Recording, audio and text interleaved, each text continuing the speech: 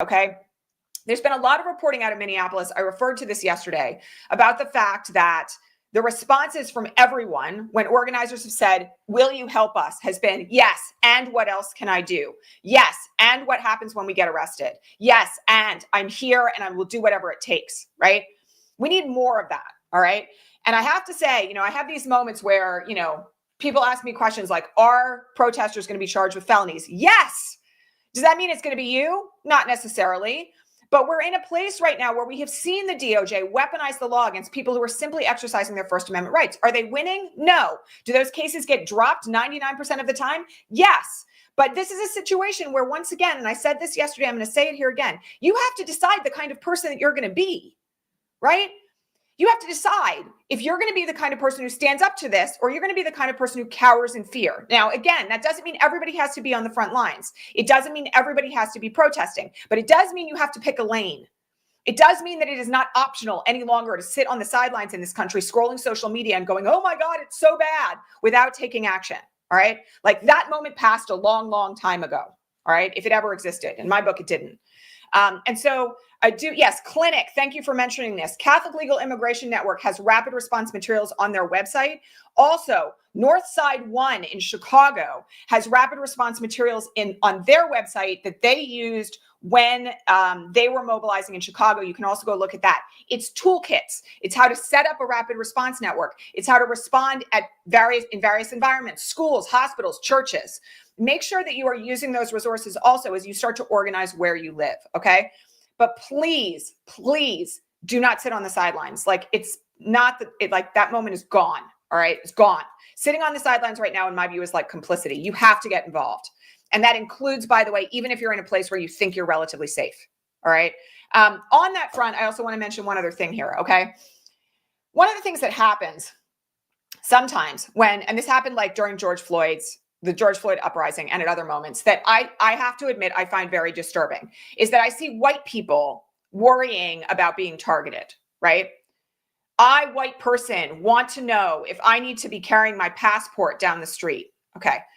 I have to say something. Like, one of the things that is incredibly dangerous at this moment is centering yourself, if you are a person of privilege, when marginalized people are being kidnapped, deported, stuck in camps every single day. Okay. First and foremost, ICE doesn't give a shit whether or not you have the correct documentation on you. We have seen this over and over and over again, right? US citizens who are brown, who are Spanish speaking, who are Black, giving over passports, handing over birth certificates, and having ICE go, we don't believe you. Okay. So you're not going to be safe if you're carrying your passport around anyway. But let me just say one other thing here. Okay. Part of what is happening is designed to make white people afraid, because the thing that they're the most worried about is white allyship. Like, somebody pointed out yesterday, and I have to say this, okay?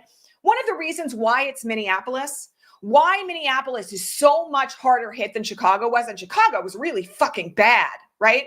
Why it's so bad in Minneapolis is because Minneapolis was ground zero for white allyship in the wake of the murder of George Floyd. And this regime knows, Stephen Miller knows, that if white people stand up and refuse, the regime is done.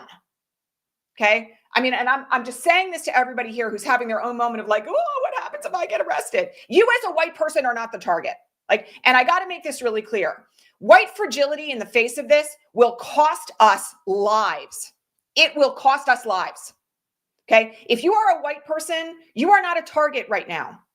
There are a multitude of reports of this, by the way, in Minneapolis, where ICE rolls up on a public utility crew and they demand papers from all three of the brown workers, but they're not talking to the white guy. They're letting white people go. Even the white protesters that are being arrested are being released an hour later. Okay. So this is something that I really need to get through to people. Okay. There have been a lot of times over the course of the 9 years that I've been doing this where I've talked about leveraging your privilege, where I've talked about the importance of allyship and real allyship, not performative allyship, real allyship. Okay. What we need right now is more white people in the streets, more white men in the streets, particularly because white women are all over this. And we especially need people to understand that at a moment where already marginalized people are being deeply targeted, worrying about ourselves is an act of privilege in and of itself, right? I hope everybody gets that. All right. This is a moment where everyone is afraid. Like, you think you're afraid of getting picked up? Let me tell you what it's like to be a Latino person here on a work visa. So it's incredibly important that even if you're afraid, and who isn't right now? You guys think I'm not terrified? Of course I'm terrified. I'm out here as a public figure slamming the regime every single day. And I have kids, right? But we have to choose, right? Like, who we are going to be in the face of this. And that is especially important for white people, like really important at this moment, to figure out, like, are you going to fall prey to what they want you to fall prey to, or will you refuse? All right. So ranty today. You guys know I get off on this, like these tangents, but it's really important at this point to really get it through to people. Okay. You do not have to worry about carrying your passport if you are a white person, but you do have to worry about people you know and love being murdered. You do have to worry about people you know and love who have lived in this country for 25 years being deported to countries that they're not even from.